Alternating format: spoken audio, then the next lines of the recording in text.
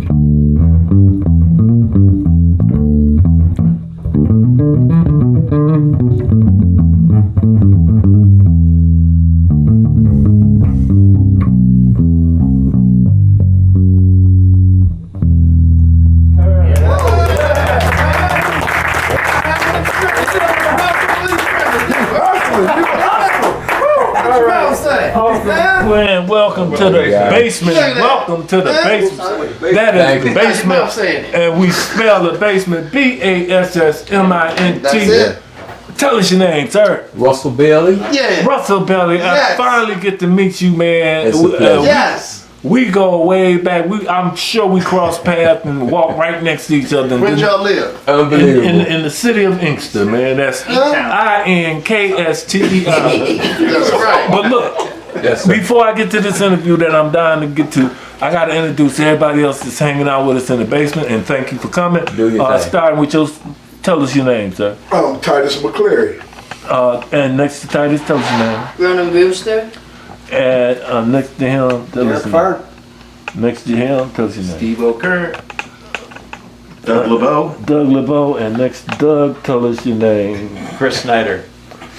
Chris Snyder, I saw you in the camera. Now on my plug hand side, tell us your name, sir. Chuck C.J. Styles. And next to him, tell us your name. Don Max. And next to him, tell us your name. Robert Taylor. And go ahead. Pope Star, a.k.a. the Pope Panther. And trying to focus. Popalicious. Pope Travelers. Next to him, tell us your name. Reginald Gay. Reginald AKA. Gay and You got two more. I'm sorry. I saw. People behind you. I know I'm gonna get to other people in a minute. I ain't know. And next to Reg, tell us your name. Oh, Richard. Hold up a second, y'all. Hold up. Tell us your name, sir. Robert Lopaka Lucky. Behind me. First of all, don't sleep on the hat. Wait, hold on, hat. There they go, that hat. I still got these hats for purchase. Big Detroit bass players in the basement. You ain't gotta be here, but you can get them from me anywhere.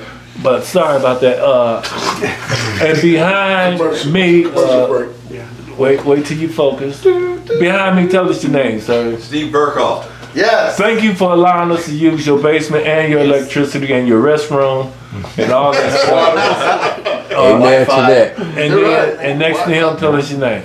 Cynthia Willis. Cynthia Wills, thank you for coming back out again as always. And I'd like to thank all of y'all for coming to hang out in the basement. Thank you for having me. Okay, No, so that's good. sorry about that. No, all that's of good. these people, man, I have to acknowledge them because I appreciate it. But you, Mr. Russell Bailey. Yes. My first question I'd like to ask you is, when did you start playing the bass? And why? Wow. So bass started for me when I was in the 6th grade. Wow. And so definitely elementary school. And there was already a group called the Children at that time. And they were playing Michael Jackson's, the Jacksons, I Want You Back, in the That's gymnasium. They were very young but very good. So the bass player was named Herschel Hammonds. We called him. We called him Huckabuck. So he was their bassist. May he rest in peace. And when they were playing that song, I'm looking at them like, wow, man, that sounded just like the record, you know? And so I'm still, studying them, and they get through the tune. But what captivated me was I just liked the way Huckabuck's fingers were so small to begin with. And to me, it was more of a percussion sound, right? So perhaps how his speed was there, that kind of stuff. And so I was like, man, I really like that. Now I looked at the guitar player, his name was Michael Miles at the time, but the strings seemed so close together. And this seemed more practical for me. They were spaced apart, plus I just liked the tone. It was rich, it was thick, it was at the bottom. And he was the smallest cat in the group, but with the biggest sound. And I mean, just in the pocket, man, So that's how I got started. Okay, and for those who don't know, you can go back, like I said, rest in peace, Herschel Walker. We had the pleasure of getting him in the basement and sharing his story before he passed away. And for those who he used to play with, right there, right after She's a Bad Mama Jamma, Carl Carlton went on the road, and he was the bass player. In fact, he was the music director for Carl Carlton when they went on the road, and it was an all Inkster cast of musicians. Yeah. I thought that was awesome about Herschel. Sorry about that. No, that's fine. But go ahead. What is that you got in your hand, man? Fender Precision. What year? Bass, 72. Now, that's older than most of the people in here. I'm gonna lie. That's older than most of the people that's in here, right? Yeah. Except for there's a few of us that are. That's. I mean, when that came out, you was like, it's a 72. was That's 2 years a old. classic. You know what I'm saying? That's original 72 Precision. That is awesome, and you got both of the ashtray and the pickup guard on there. And his name embroidered on Yeah. it. And the thumb, well, That's The pull bar. There's a pull bar. Okay. Remember you used to hold the bass up. Yeah, You played yeah. with your thumb. Right, that's crazy. That's why that. Only time I've used that is when I'm polishing it. That's it, right. I stick my format is basically right here. I like the stance because it's kind of military-ish, I guess. But I just like I can get the tightness that I want from this position. Do you have a collection of basses? How many basses do you I have the front and the back of this one. That's it. So, and that's a passive.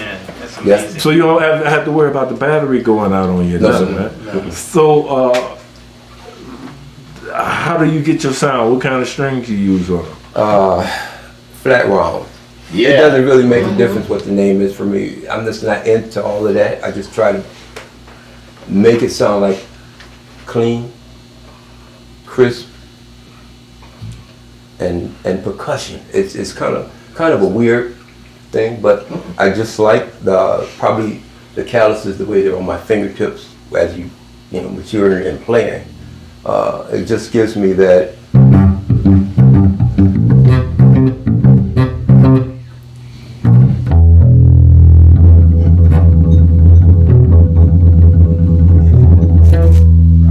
Okay, cool. That kind of stuff. Okay, so look. Yes, sir. Both of us being from Inkster, and Herschel being one of our dudes. Who else from Inkster? Give me the two names that I'm looking for. Freddie White. Freddie Williams. Freddie Williams. Yeah, No Freddie relation. Williams McBride. was my go-to. And Reggie McBride. Reggie Correct. McBride, who played with Al Jarreau and others. Yes. Fred Williams, he out in Vegas right now. I don't know who he plays with, but he was the Inkster bass player. If you wanted to learn something, and Absolutely.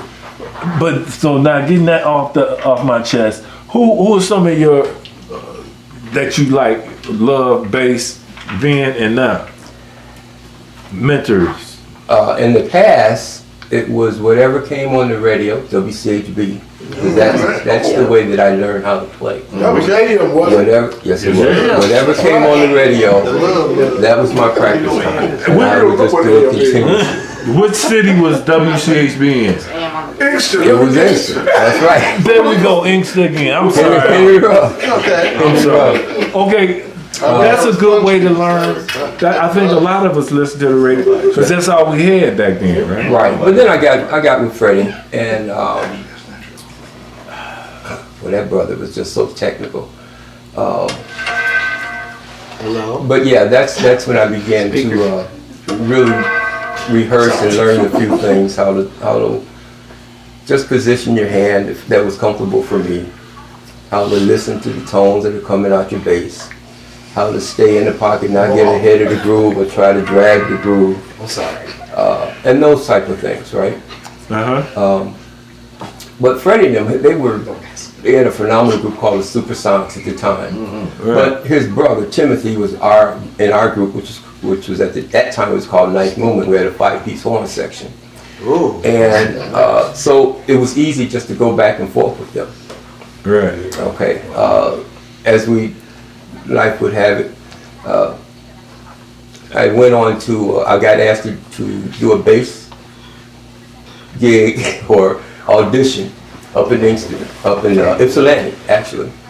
And this was probably it's got to be about still around 72.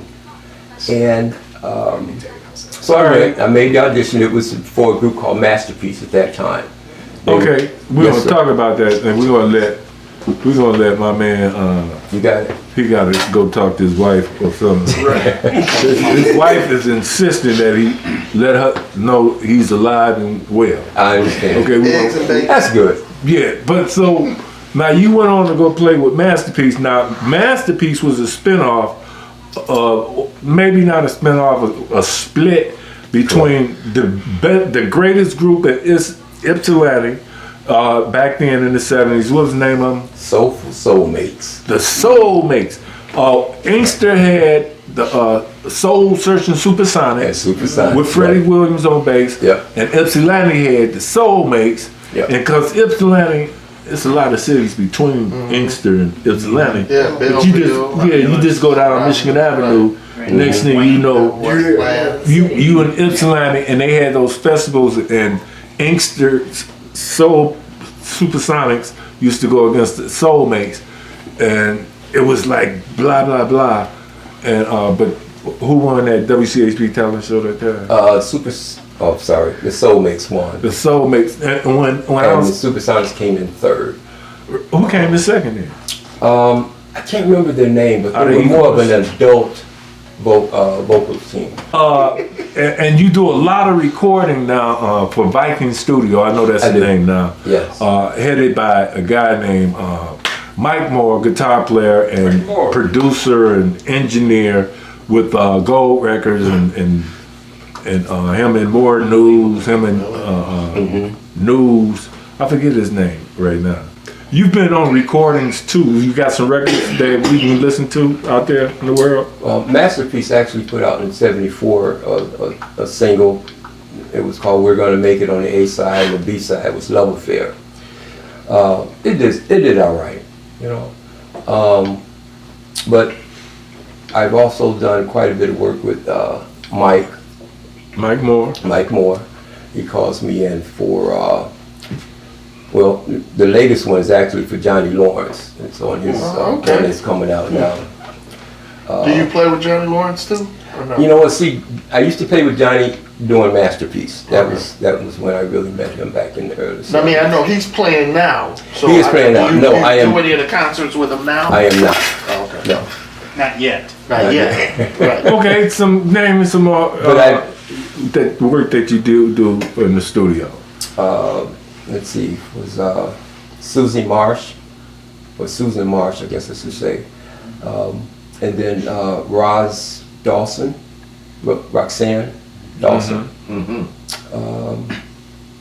Who am I missing? It's okay to miss Yeah, somebody. It happens all the time. Well, you'll think of it when we finish. Yeah. Do you get out to perform a lot nowadays, Russell? I do not, actually. Mostly it's the studio work that I do when I get called in for Mike Moore. Johnny Lawrence. Johnny and I go way back still, and so does Michael, because Michael and I graduated together. We're in the band in Inkster. So there's a rapport, you know. And I'll just share this. In the early 80s, mid 80s, I actually had stopped playing bass. And it was probably about between 15, 20 years before I picked it back up. Wow. And the Cut my fingers. full disclosure, at the time, it was a battle for me between learning secular music and gospel music. Okay. I was used to making a living, playing in the clubs and doing cabarets. When I got into the church, it was the same amount of effort and work put in, but there was no pay. And the stigma is, well, you know, do it for the Lord, and there's some legitimacy about that. Right. However, Workman is worthy of his hire. that is absolutely correct. But in the interim, what happened is I just stopped playing. But it was actually Johnny that got me to pick the guitar back up. And he just basically said, "Look, Russ," he said, "you're always going to be better than the average bass player, because of your style and how you play." And so from there, and it kind of trickled a little bit better, a little bit more things going on, a little bit more rehearsals. But then Mike Moore stepped up and started calling me in for different gigs, and it's been a blessing. All right. It feels good to be back, you know, doing Seems like when you what I mention the love. names, you light up. Yeah, it's exciting to play. That's good. Yeah. This was my first love, man, and it's been with me for over 50-something years now. That's crazy. And I got this that I was sharing with Ivan before about my first guitar. Actually was a black and white Texaco that came from a store called Corvettes. I remember Corvette. Yeah. So I got that. Oh, yeah. And my second guitar, as I advanced, my father went to a pawn shop in Detroit and bought me a Crescent hollow body. It was a Sunburst. Wow. I remember them names. So I would play on that until I wanted to advance on the equipment as well. So I took the screws out of the back of that guitar one day and told my mother, I said I had broke it. So hence we go down to Hewitt's Music. Hewitt's. Wow. And the rest is history. Michigan. Wow. That's That's how you got there? Mama loves you. Yeah, it was the dual. Whoa. She had more money than I did, but I did put in what I had. Okay. Yeah, All so right. that's how I got it. What year? Wow. In 72. that It is was in 72. Yeah. that is awesome. Remember Metro Music on It was like Southfield? $200. On Southfield, yeah, well, 250. Southfield and Joy? Yeah. yeah, probably was. There was a lineage. Okay, y'all, we ahead. got multiple Okay. Questions. things going on at the same time. And during your playing time, though, you got to hang out and play with, or at least meet quite a few Yeah, celebrities there's quite a going few other celebrities. as you get to play. Just name a few that you got to We've share opened the up for the stage with. OJs, Toledo Sports Arena. We opened up for Slide and Family Stone. They were in Ann Arbor. Dramatics in Detroit. We've done the Shy Lights. I've met, Teddy Pendergrass came to. He was trying to actually recruit us to do some type of musical project at the time. But there's been quite a few that I've met. Yeah. Nice. That is awesome, man. You know, I ain't really want to keep you. You know that, right? I understand. But I do I would like. Did I ask you who are some of your favorite other than the Inkster dudes? Did I ask Well, you? as I Who's some of your learned favorite later on in life, inventors? it was James Jameson, because I just liked what was coming across the radio. You know what? Tell it like a T.I. Tell it like a T.I. is? Yeah. Okay. I was really a big fan of Rocco. Rock Tower of Power. Tower of Power. And I just like, again, the percussion. And it's so funny, you think he's playing a whole bunch of notes when you hear him. But when you see him live, it's like, That's it.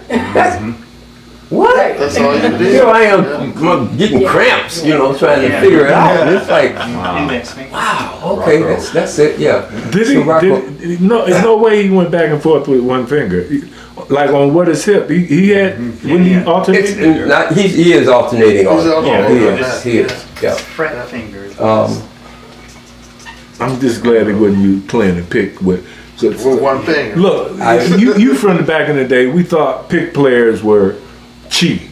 Yeah. And then we also, I don't know if you familiar with this, Reggie, but back in the day, bass players when they knew other bass players was watching them, they would hide what Oh they're my doing. Yes. They wouldn't let you see, I gotta say this. Go ahead. I gotta say this. Ronald Arrington was a bass player from Inkster as well. And he would come over to my house from time to time and give me a lesson. And he would literally turn his back to me. And he would come, he'd play, and I said, Ronald, I even have it on tape. I still have the audio tape. I said, Ronald, turn around so I can see you. But it was a thing. It was really a thing. So that was in Detroit too. A lot of bass players in Detroit did the same thing. If they see you standing there watching their hands on that fretboard, they'll turn around. Did you experience that? Not really. What I'm just saying, that's what they used to do in Inkster. Yeah. They used to hide, and they taught me how to hide Yeah. and play too. You know what I'm saying? Oh, Freddie Williams out there. Hey, I'm gonna show you nothing. Watch this. Fred You know would what I'm turn saying? around sometimes. He'd turn completely Yeah, around. that's I what don't know we if used he was to. listening. That must What? have been an Inkster thing. But I'm don't sorry know. about that. That's pretty interesting though. I just never experienced that. So any other favorite bass players out there in the world? Nate Phillips, and Nate Carney Jr. Wow, guys. I mean, obviously Marcus Miller for me too. And Marcus is so humble. That's his other thing. You got to I have don't care what level. Yes, sir. He's also What been number, on the basement show. He ain't been in the basement, but he blessed us with an interview as well. Thank you, Marcus Miller. But the ones that I've talked to, really, they're just encouraging. And bring this back to what this young man is. What's your name? I'm sorry, Ronnie. It's just a pleasure to see where you are at this stage, because 10, 15 years from now, it's beautiful to see the start and the interest, and even if the notes aren't what you want them to be, they're still your notes. Right. They're still going to be your signature, and you're just encouraging the older ones to keep going. So, like I explained, I stopped for 15 years. I was very good at a very young age, but you can see what happens. So endure, stay focused, but above all, just love your instrument. Yeah. Just love your instrument, because it's going to make you feel a certain way. You'll carry that through the rest of your life. Okay, well let me ask you this. Yes, sir. While we at it. So all of those gigs that you got to play, you ever get to tour around the country or the universe or anything You know like what? that? We really didn't tour, to be honest with you. We went from this state to that state a little bit and then come back home. Right, But right. it wasn't like a 5. State Yeah, tour kind of or get your passport stamped. Right, out no, there. none of that. No. Okay, but At least not for me. right, but for a nice career or love of the bass, don't have to be. You can just be playing in your basement. That's BASSMINT, or your living room. That's LIVING room. You know what I'm saying? It don't matter. We just love basses and all that. I was gonna ask you, any weird things happen during the performance on the stage or in the audience? You mentioned Teddy Pendergrass. I forgot Cynthia's in here. Go ahead. Thank you. Thank you. Do you any weird stuff ever happen on the stage or in the audience? You know, sometimes we've had glitches in terms of power outages. That's a good one. And also, the engineer may come down and say, hey man, you need to turn your amp down. You're gonna blow our system. Oh, Well- then only they picked you out of the Well, whole you know, thing. it's what can I say? What can I say? You probably was the one that caused that power outage too. Right? So, Back It was you. in 2003. That was him. That was no, the but bass. you know what? It's really a good life plan. It Yes. really is, you know. Yes. Fun. And you could be doing a whole bunch of other different things, or it can be deterrent from doing some of the things that may take you really off course in your life. So, but and strange things happen. Let's just face it, it does. But for the most part, you're entertaining people. You're blessing them with your style of play, and what you get in return, even though they're clapping and they're saying, "Oh, you did such a great job," and thank you. It's just a God's gift. You know, it's really a God's gift. So that when you mention all the things that you interject to the others, the return, you feel that return from them as well, right? You do. You do. Above all, for studio work, it's just the rapport that you build with different engineers and producers. And I also wanted to touch on earlier. It was, I forget which one we were talking about, but it was about how you feel that day when you're playing. Right. I also wanted to add, there's a certain chemistry that happens between one musician to another, right? When I played with Johnny, it was like sometimes, man, he'd just hit a certain chord and it would just change my whole way I'm hearing and what I'm feeling. And you just, oh man, yes, yes, I'm with you, you know? And you just take out and you just ride, you know? So, but then there are other musicians where, as what's his name, T. Wash. was saying, when you're reading music, you're just reading the notes, but there's no you in it. No feeling. There's no feeling. Exactly. So we gotta find that happy medium, because musicians are kind of like that too. I They're would- just stern and just dead. I'm sorry. Yes. No, go ahead. Just think of the paycheck and make you feel better when you read. Like, okay. Yes, sir. Go ahead, sir. Yes, sir. I've got to interject this one. I was going to ask you, because you've shared with me your experience playing with drummers, and you talked about playing with Ron Otis Yes. and how it just... The rock. Yeah. Can you Brother talk a Theo little bit Otis. about that? I'm glad you brought that up, man. 1, 2, 3, 4. Ron was there. I mean, he was already there. And he just elevated you as you went. Yes. You just played better. Yeah. You know, you didn't start off getting warmed up. You just was there. Already there. Yeah. And it was such an impact for me, because it was like when you're around other musicians who are at that do that. caliber, at that level, Yes. it makes you better. That's right. It makes you strive to be better. I just can't tell you how amazed I was with that. And you still had the liberty and the freedom to feel the music as you're going with it, right? But you wasn't so concerned about, oh, I'm gonna make this mistake. No. Oh man, I missed that note. You know, Bingo. it wasn't that. It was, and some wrong notes can still work. Yeah. You know, it's that personality, It's the live that music. We style. drove over here talking about that. It's the next note. It After is. the It's- wrong note. That's what they're saying. But you have That's to- what Victor Wooten was talking about. Lamont said that. It's the next note. I like the preceding notes coming in, you know. Just Yeah, they're called approach tones. Yes. Approach tones or leading tones. You know, Gotcha. there's a name for all little correct passing tone. Yes. passing tones. Those are and ain't off topic.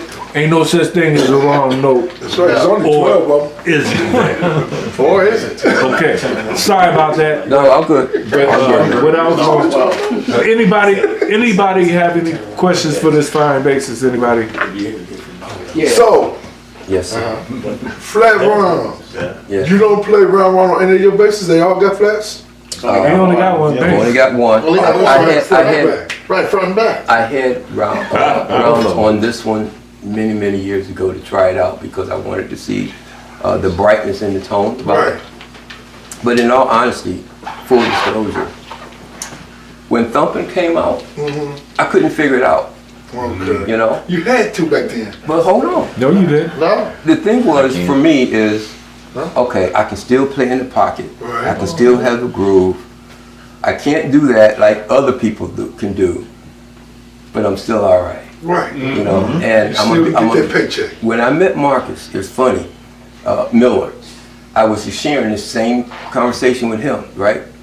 And actually it was on a signing table, so I made him, you know, and then move on to the next guy. I think Norman Brown was right next to him. And Marcus grabbed my hand like this and said, hey man, come back, just play. Don't worry about that other stuff, just play. I can't tell you how that just freed me up so much. Right. And he grabbed you Oh and my pulled you back. God, yes. And just say, hey man, just play. Be you. Be you? Yep. Does he have small hands? No, I don't know. He has talented hands. I know that. I don't See, know. all I know is he grabbed me. But but you know what? It's and it's like the rest of us. You know, you gentlemen and lady included also. That you're an open book to teach. You open it up to pass it along. Yep. Yeah. That's what it's about. It's never too late. You know, it's just never too late. Okay, well, Yes, sir. like I said, I ain't want to keep you, brother. Russell, man, thank you for finally letting me meet you and talk to and interview you. It's been a pleasure. But before we go, is there anything you'd like to say in closing? Ivan, first of all, I'd just like to thank you, period. This experience has been outstanding, man. Just the camaraderie, the amount of wisdom, talent, creativity, just composure between musicians and able to share and talk without egos. It's a beautiful thing, it really is, man. Well, thank you. I mean, you're welcome. This was a pleasure. It truly was a pleasure. I didn't know what to expect, to be honest with you. You know, but this has been outstanding. Very nice. So I appreciate that. So why don't you just play us something out, my brother? I hurt her feelings though. Okay. Let's see. All right.